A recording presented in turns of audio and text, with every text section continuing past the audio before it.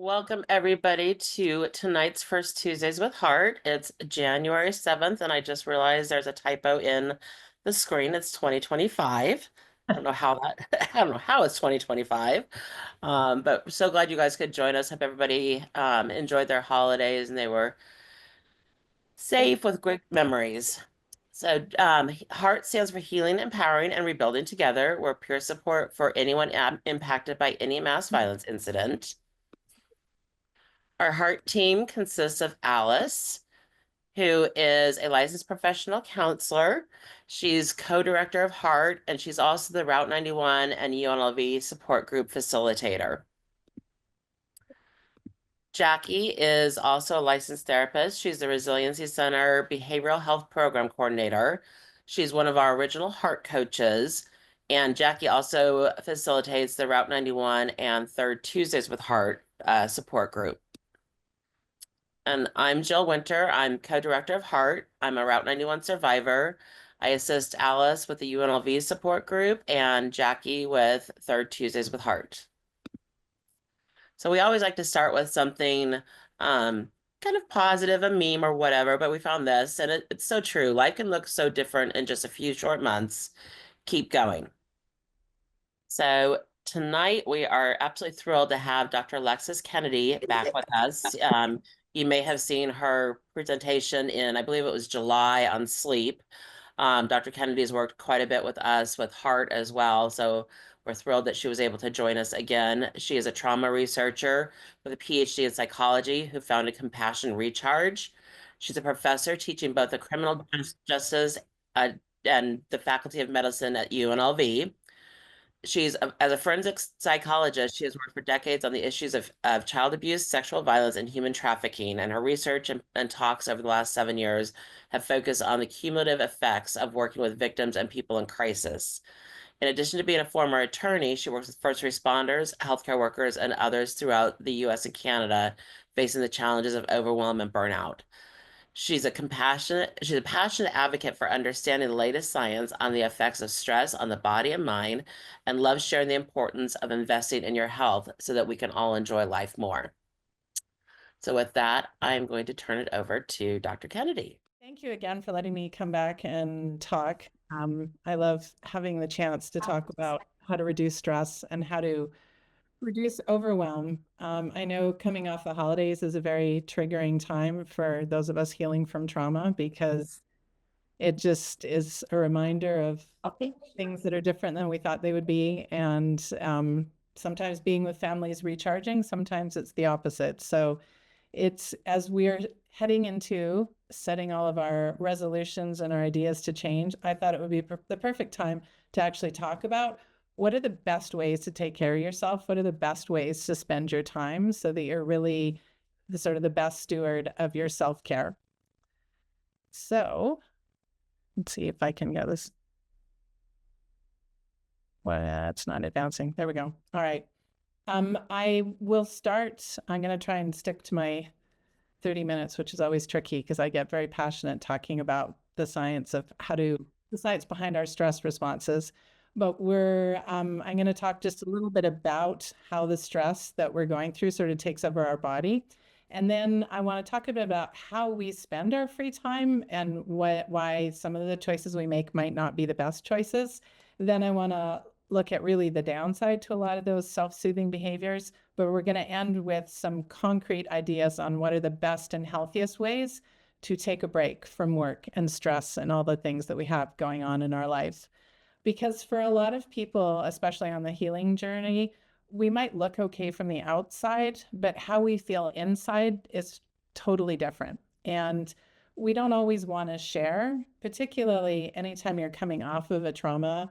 When you're in the middle of the healing journey, immediately afterwards, you get a lot of attention and support. But healing is a lifetime journey. And some of the people that haven't been through the same things get to the point where they're like, aren't you over this yet? Or, how come you're still talking about it? And they just don't understand that while we may look physically the same on the outside, what is happening on the inside is exhausting and takes a lot of energy. So we need to be really aware of what we can do to try and recharge ourselves and fill ourselves back up. And a lot of people don't take the time to do the healing journey because, I work a lot with first responders and, they're just going from crisis to crisis, and they kind of like the adrenaline rush of being in these constant, exciting, exhausting situations because it's a distraction. It keeps them busy. And some people are very proud of the fact that they deal well with a lot of stress, but if think of it like burning the candle at both ends. It's great that you can do all of that, but you end up burning through your wax twice as fast. So if you don't take time to recharge and take time away from stress, it's going to catch up with you either physically or emotionally. And resilience isn't not going through stress, because life is stressful. Politics is stressful. Every time there's a news story or something that triggers the memories of what people have been through personally, it's going to put you into that fight or flight. It's going to trigger your stress. Resilience isn't never being stressed. It's being able to recognize when you're sitting in that stress moment and to grab onto some strategies to get out of that fight or flight. And it is adaptive that our brains are so good at picking up all these little clues of stressful situations. And we needed that when we were fighting for our survival. Just a little bit of a tree rustling or a strange noise would be enough to put our entire nervous system on notice. And those of us that reacted faster when it really was a bear rustling in the bushes, we were the ones that survived. It was a very adaptive thing. The trouble is, a lot of the things that trigger us now are memories or situations that aren't actually affecting us now, but is sort of transporting us to remembering things we've been through. Or it's work emails or wanting to, keep up that facade that we're holding everything together, that we're doing well at our jobs, that we're juggling everything. And the brain interprets all of those stressors, including realizing that you're wearing mismatched socks or whatever is going on in the day, like people were talking about earlier. When we get stressed, we don't distinguish really little and big stress. We sort of go straight to okay, this is a danger, and the alarm systems are going off. And we have to be able to recognize when the alarm's going off to be able to turn off that alarm. And unfortunately, a lot of people just keep pushing through and not realizing that constant readiness is just exhausting and wearing them out. Because when our brain senses danger, and that can be just sitting and watching TV or seeing a story that's similar, or for a lot of people, it's when an anniversary comes up, our body and our mind takes our body instantly to being in that fight or flight situation. And when we're in fight or flight, when in our stress mode, our body sends all of the resources to the things that we need to be able to survive. So it will mean that, the things on the right happen, that our heart rate increases, our pupils dilate so that we're only looking for the danger. Our heart will increase to get more blood to our muscles. But it turns off the things that can wait for later. So that is our digestion, our healing, our ability to sleep. So if we're constantly in the fight or flight mode, we're burning through our resources, but we're also not doing some of the things we need to do to live a long life and to live a healthy life. So we don't want to be stuck in that fight or flight all of the time. We want to learn the best strategies to get out of that. And it's something that's difficult because our body is actually designed to be in that danger mode. It's much easier to get into fight or flight. It takes more thought, more planning, and sort of overriding reactions to go into our relaxation mode. And when we sense that danger, be it a memory, be it an image, be it a smell, be it anything that triggers us, it is going to right away flip that switch into fight or flight. And part of it is the structures of our brain, like our amygdala, which is our alarm system, and also our emotional regulation in the brain. It gets blood flooding to it when we're in a stress situation. Whereas our outside of our brain, the prefrontal cortex, which is our reason and our sort of the CEO of our brain, the blood actually drains from the outside of our brain and goes into the more inside internal part of our brain so that we can respond physically and get away from it. So it really is like our brain saying it's a time for action, not thinking.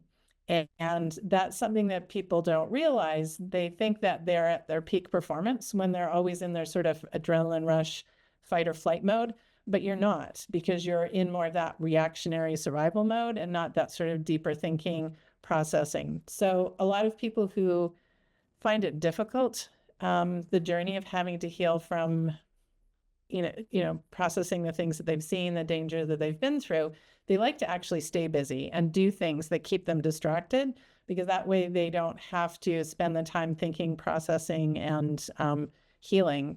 So it's something that a lot of times, firefighters who are avoiding their PTSD, they'll sign up for mountain climbing and bungee jumping, because when their body is in that rush thing, it sort of displaces the troublesome thoughts that they don't want to have to think about. So it's a very strange self-soothing strategy. It's actually burning through your energy a lot faster. So we want to look at what are your leisure activities as well, to see if you're not just avoiding by staying in that fight or flight mode, but you truly are finding the best ways to recharge in your relaxation mode. So I just mentioned the adrenaline that people like. When we are in fight or flight, we kind of feel good in some ways, because when the adrenaline is pumping, it sends all of the endorphins and the things that we need to have our increased energy, but also we don't feel pain.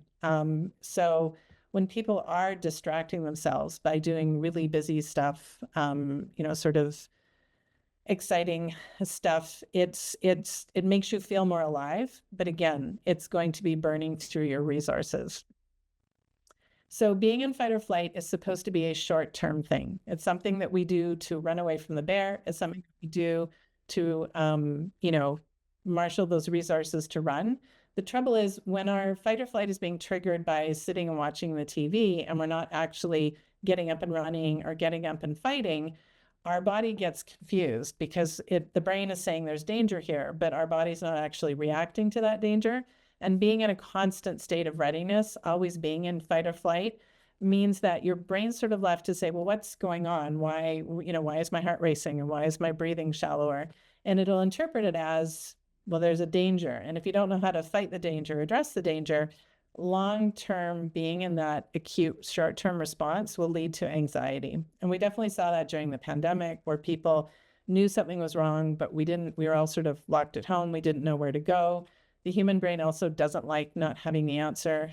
Not that we know the answer to COVID, we just know we're all living with it now.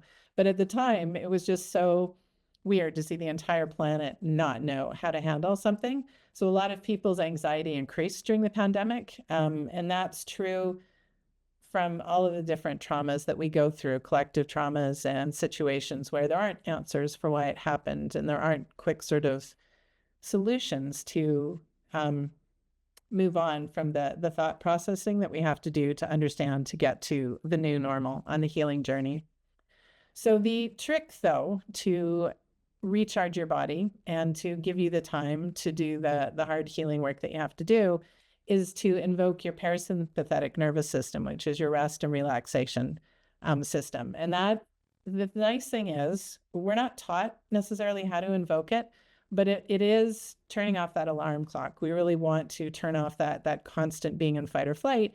And it involves things that are good to you. Not everybody's going to look at a dog and think, oh, snuggles. If you hate dogs, this will be triggering. But the point is, you want to find the thing that makes you feel good and safe and happy. And that is what the core message behind prioritizing self-care is. Self-care isn't selfish, it is healthcare. And I can't remove stress from your life, but I can teach you how to recognize it and to say, I need to take a break from it. I'm going to invoke some strategies that will help me heal from it. And so noticing it quicker, changing your pace, saying no to things, doing something that's more recharging is the thing that will help you stay in balance and handle the stress that will continue to come. So for a lot of people, they're not really monitoring what their stress load is at. They'll say, yes, I'm stressed, but we all have days that are more stressful than others. But a lot of people will wake up, and as soon as your brain starts going and you're thinking about the day, you sort of move into fight or flight. You're thinking about all the things you have to do. Then you get to work, and it's not, most of us aren't in physical danger at work, but being at work and wanting to perform and dealing with crisis and having annoying people, that sort of puts our pressure up even more. Then when you get home after a really busy day and you've forgotten things, or you're juggling kids, or you didn't have time, or you don't have the energy to do the things you want to do, you sort of are still in stress mode. You don't totally relax. So when people get to bed after this crazy day of busyness and craziness, it's hard to slow down your brain and go to sleep. And you can see that if you've lived in that sort of adrenaline mode all day long, it's going to impact your ability to unwind, and it's also going to negatively impact your ability to sleep. Oops. There we go. So tip number one, I have 3 general tip areas. The first thing is tiny little pauses make a huge difference in our health. And even if I can't take you from like 100% adrenaline stress down to 0, just spending more time at 75% or 55% or even lower is going to help your body heal. And just the tiniest moments of pause and self-care and taking a break for yourself can make a huge difference on your physical and your emotional health, because moments, the more you do them, turn into minutes. Sometimes minutes will turn into chunks of time, and people think, well, I need to clear my schedule and have 4 hours to meditate and 6 hours to do all of this other stuff.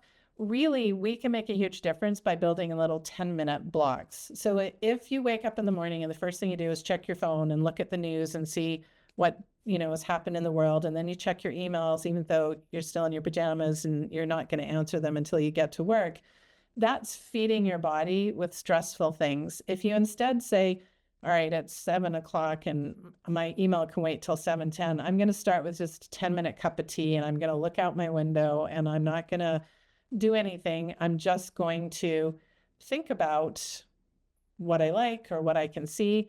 That can make a huge difference in the entire tone of your day. But we're not really taught that. It's like, okay, up out of bed, let's start going. We got to start the day running. What we do get more conversations around is, how do you end your day? And if you end your day by watching news or watching horror films or watching really gory television, chances are you're keeping that adrenaline revved up.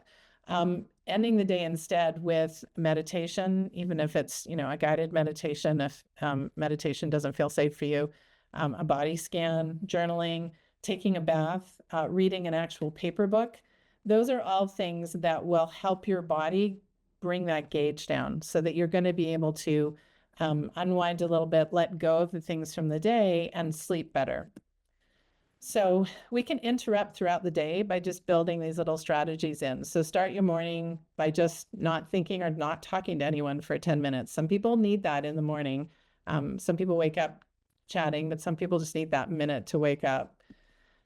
When you're at work, know that you need to take breaks. If you skip lunch and you work through and you're living a crazy life, you're going to burn through your brain power and your enthusiasm that much faster. So taking a coffee break makes you a better worker. Getting up and walking around at lunchtime allows your brain to sort of clear, your body to reset, and you can think more clearly and get that blood back to your prefrontal cortex.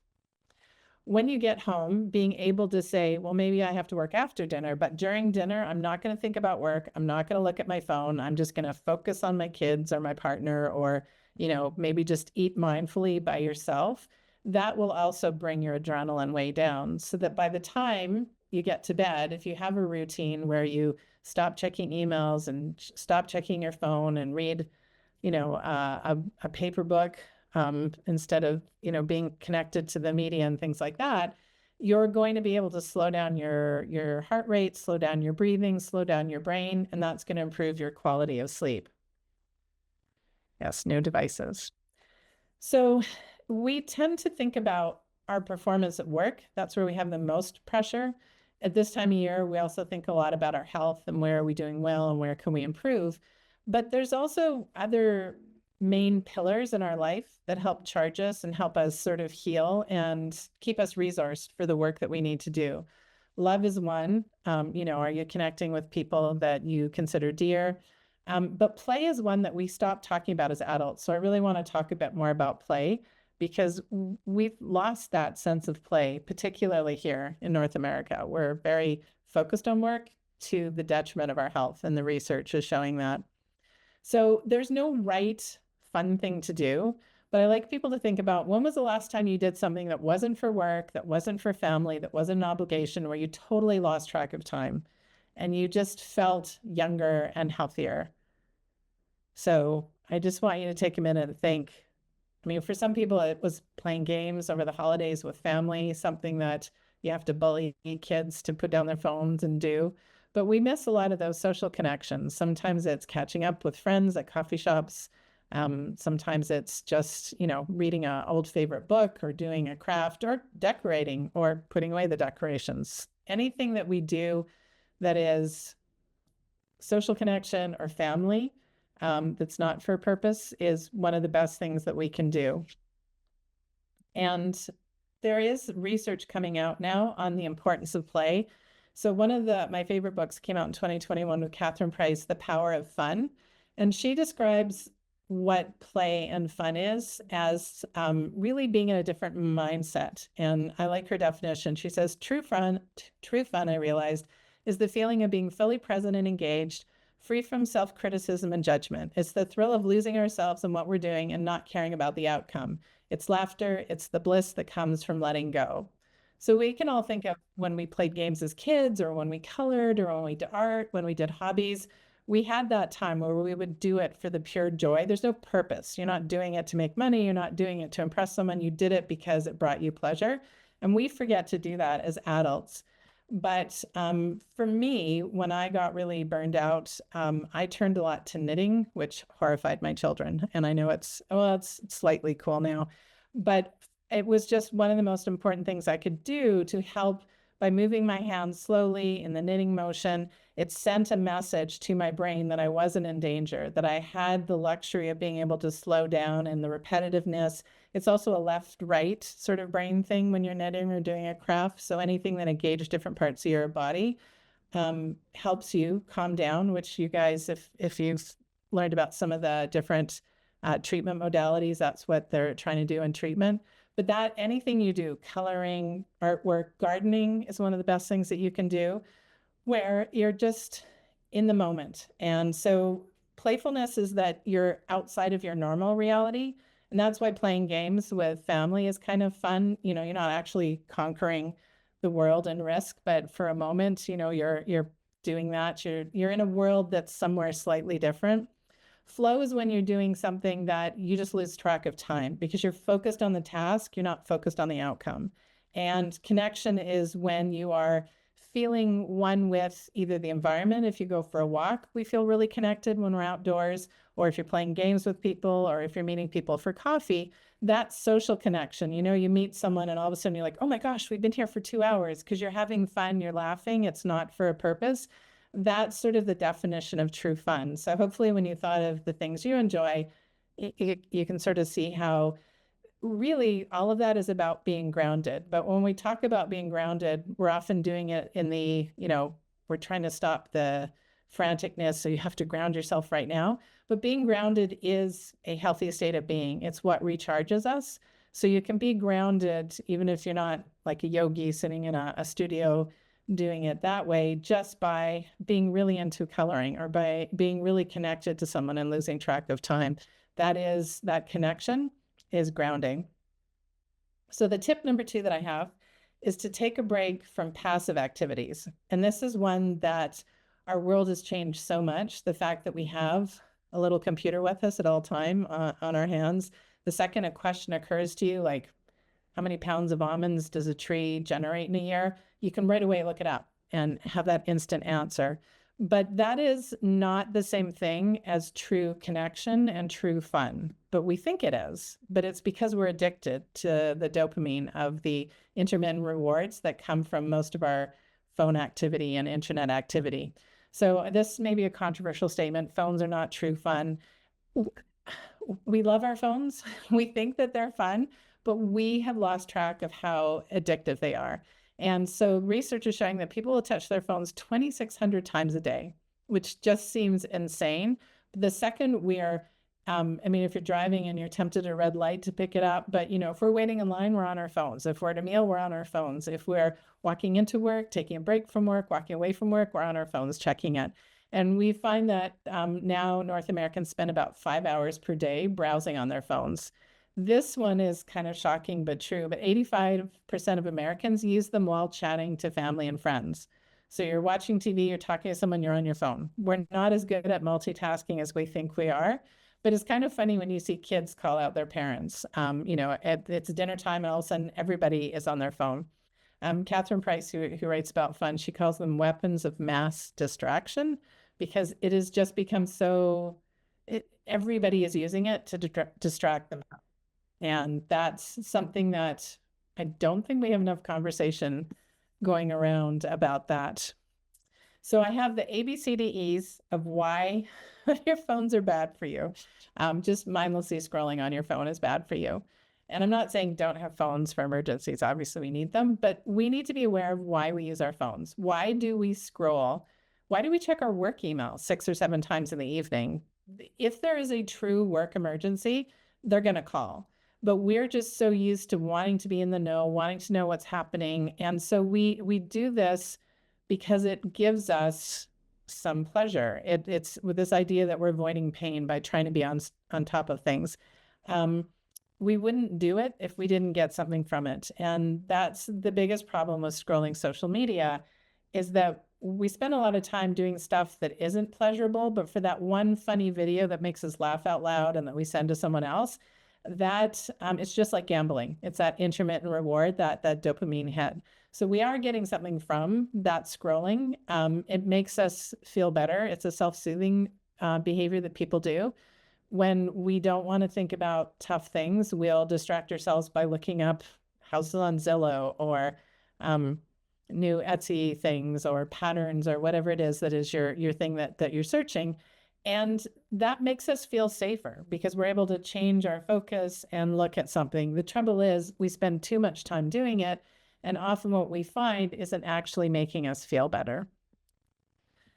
B is for brainless, and this applies to television as well as, the surfing on the phones and the things that we do. When we are really exhausted and overwhelmed, we want a distraction. We don't necessarily want to come home and spend the next few hours thinking about stuff that's tough. So we'll put on television. Now, if you're doing television because it's something you love, like the new season of Stranger Things is out and everybody's looking forward to it, and you sit down and you watch an episode of it, that can be a social connection. That can be a good thing. The trouble is we now just put it on and don't even pay attention to what we're watching. We let it run. Instead of watching one episode, all of a sudden it's 5 episodes later and you get the little message, are you still watching? So it becomes this brainless distraction. And it's much better to go to bed early than it is to spend 6 hours watching. We never intend to sit down and do that for so many hours, but when you are physically and mentally exhausted, it's a self-soothing behavior. It's distracting us just enough from things that are difficult, not asking a lot of us, but it's not giving anything back either. C is for cyber loafing, which we are doing while we're watching television, but it is something where we have this fear of missing out. And a lot of the sort of scrolling and social media stuff that we're doing, we feel like we're doing it to better ourselves or to keep up with others, but it's actually something that can lead to negative things. Most employers, although they like having employees who are connected, they're not really expecting you to check your email at 11 o'clock at night. And we think that, well, if we're doing that, we're being productive, but it's a bit of a myth. It's something that we're doing to distract ourselves from other things. And we're not really, employers like employees with boundaries who come back refreshed, but we've just gotten into this terrible habit of thinking, well, if we're always available and always checking, then we're going to stand out. And instead, we're just exhausting ourselves. D is for damaging, because a lot of the social media stuff we're doing, I sort of hinted at that already, makes us feel bad. It doesn't make us feel good. If we could just simply watch, let's say you like watching videos on how to make decorative things on your coffee and you're watching something that's just entertaining, even then, part of us, if it's something we want to do, we'll be looking at it going, oh, I can never do that, or mine's not as good as that. We're always comparing ourselves to what we're seeing. So while there are some positive things to learning new skills, being distracted, learning new things, for the most part, we're spending too much time doing it, which exhausts us. We're also comparing ourselves to others, and that's not a good thing. And the final thing is that it exhausts us, because while it makes us feel better in the moment, we're entertained, we're scrolling, sometimes we do it just thinking, oh, I'm just going to check quickly for half an hour. And all of a sudden you realize it's 3 hours later. It is much better for you to go to bed at 10 o'clock after having doing half an hour of scrolling than to go to bed at 12:30 after doing, another extra 2.5 hours. While we feel soothed by doing it, by scrolling, and part of us thinks, well, our mind's racing, this is going to be the only way for us to calm it down. It actually is taking away from the more important thing we need to do, which is sleep. So it's much better to put the electronics down, not look at it. You know, if you need to get the thoughts out of your head, do a little bit of journaling, or read a book that will take your mind on a journey somewhere else. But we don't realize we're tired until like our eyes will like physically close because we scrolled for so long. We sometimes have to put some work into settling our brain, calming down, slowing down, and going to sleep. Investing in doing that little bit of work to go to sleep earlier is going to be much better for our body than to just mindlessly scroll until we completely collapse. That's not the best way to recharge. So, you're probably feeling exhausted as I remind you of all the things that we do, but it is important. The benefit of getting away from the things that are time suckers is that we can build time and really be strategic about moving fun up the to-do list. And we've been told that we need to leave fun behind when we're no longer a kid, that fun is frivolous or selfish or self-indulgent. But really, fun is a core part to our existence as humans. And when you look at less connected cultures that don't have as much TV and phone, and they meet in the evenings and they tell stories, or they, have intergenerational families sitting around having meals, they're laughing more, they're sharing more information, they're connecting socially. We're designed to have fun in our life, but our current phone and social isolation and the way that we're sort of prioritizing work has lied to us about the way that humans are meant to exist. And I think the time that a lot of adults have fun is when their kids are little, because we're putting so much of work into entertaining them and doing little silly songs and dances and stuff. But the thing that stuck to me when I became a parent that I was always stick in the back of my mind is that on average, children laugh 400 times a day and adults laugh on average 10 times a day. So I was a psychologist when I had my kids, and I just remember thinking, what a gift to get to laugh with them and to do that. My kids are in their 20s now, so they're in that less laughy stage, but I can't wait to be a grandma because I'm so ready to go back to being silly and doing silly things. And we should keep that up as adults all the way along, but we're somehow told that that's not a productive way to spend our life. Research, we know that laughter is one of the best medicines, and that, when people see comedy shows or you have comics come into hospitals, there is a boost of all of the positive neurotransmitters that help us heal and help us relax. So watching comedy shows over horror shows maybe might be a little first step to do that. So when we do things that are good for our health, that are not for work, that are not for any other purpose, it's going to reduce our stress, which improves, all stress is inflammatory, which is part of why we have such chronic sleep problems and chronic health problems in North America. We're simply too stressed. But taking more time to do less, to get away from that sort of adrenaline rush, it's also being shown to reduce our risk for dementia. So we're going to age better.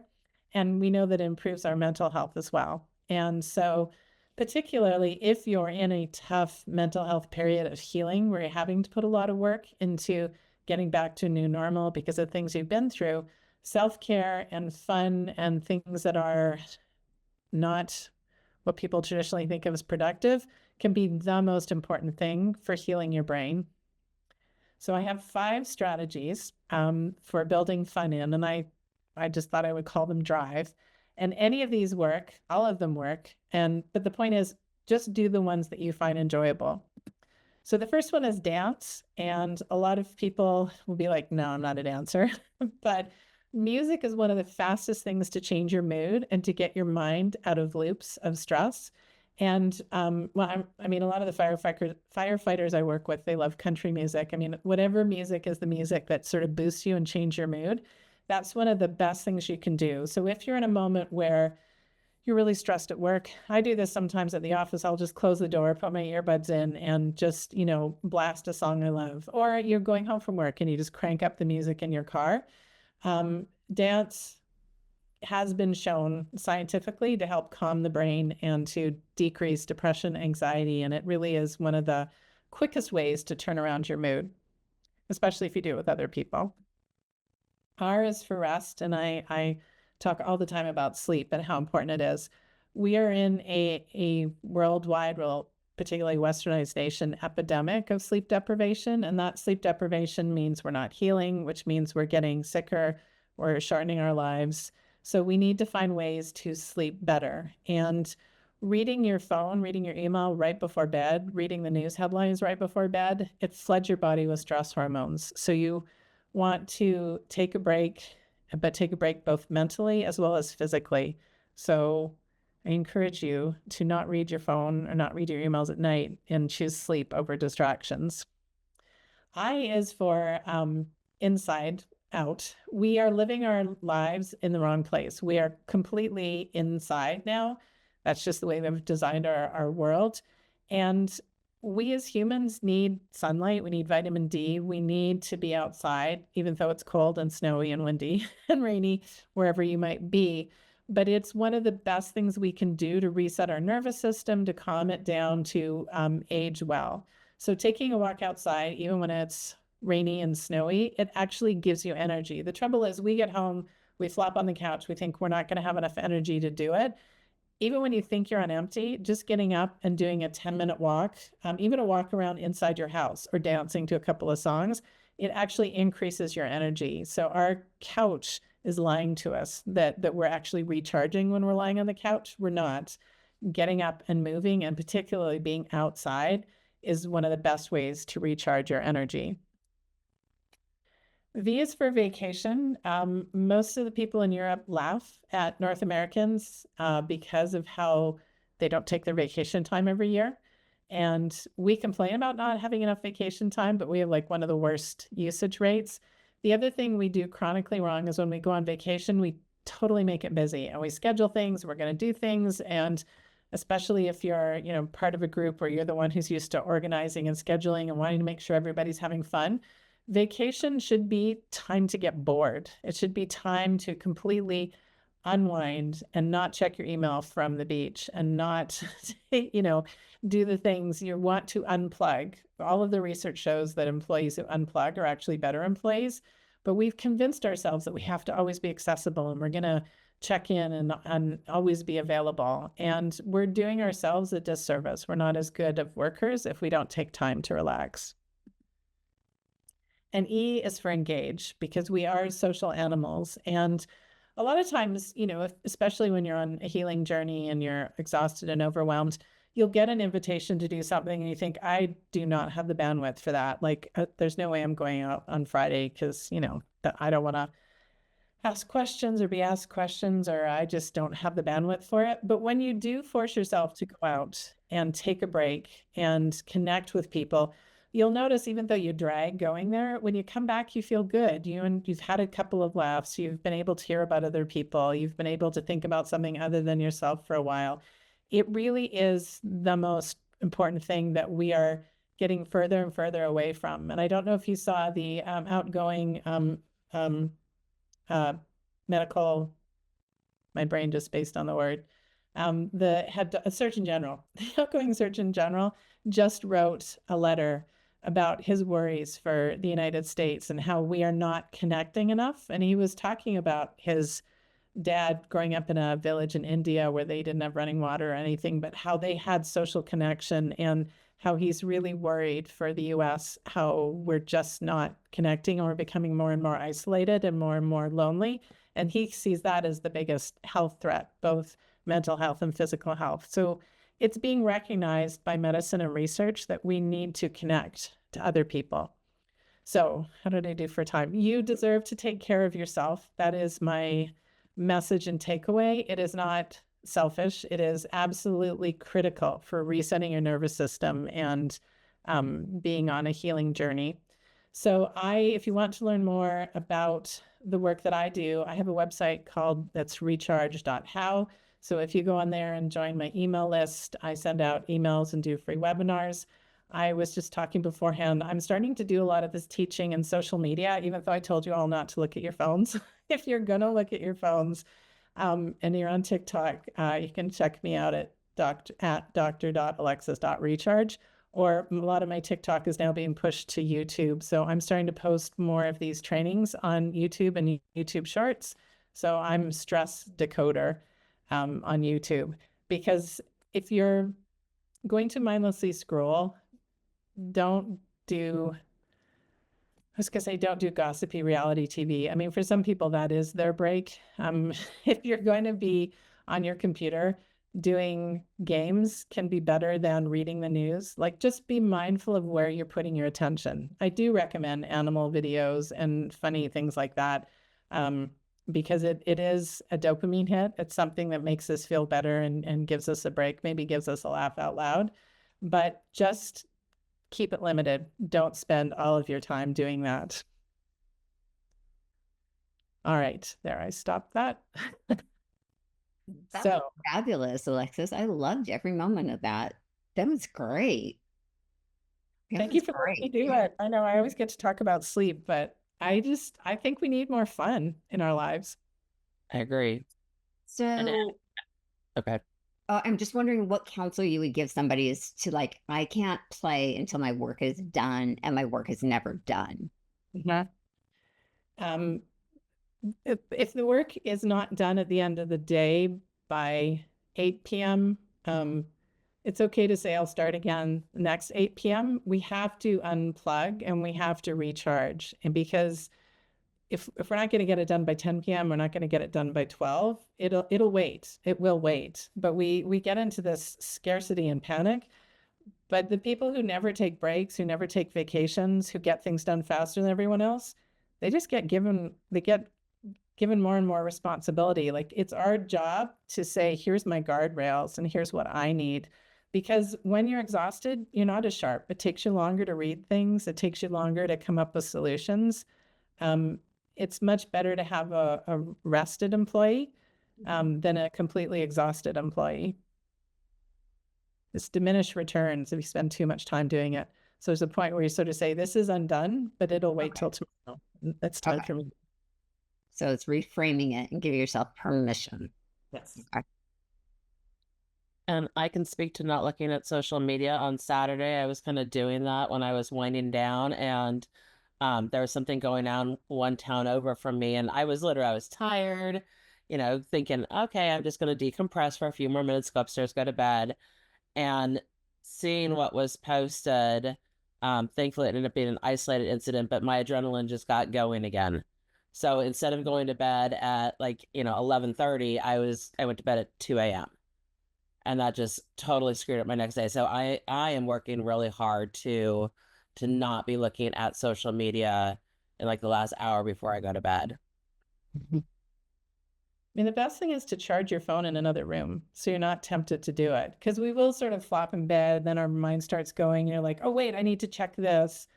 And then you get sucked into a rabbit hole. If you have something that you want to write down, just have a pad of paper and a pen, turn a little light on for a second, write, make doctor's appointment, turn the light off again so that your brain knows that you've thought about it and can let it go. Just wanted to remind you guys, and kind of touched on this, all of the integrative services programs through the Resiliency and Justice Center are available to all of us. So anyone impacted by any mass violence incident, there is a brief form to fill out before you do your first one, but that is a one-time only. Once you've filled out that form, you can attend any of these programs for free. So we do have the Heart Peer Support one-on-one with tonight's First Tuesdays with Heart. The third Tuesday of each month, we have a support group for anyone impacted by any mass violence incident. We kind of sometimes start by talking about what the first Tuesdays with Heart was about, but then go into anything that anybody wants to talk about. In addition to these programs, there's the meditation, mindfulness, trauma recovery, yoga, and art therapy, which at the end of this month is actually going to be neurographic art. So I'm super excited.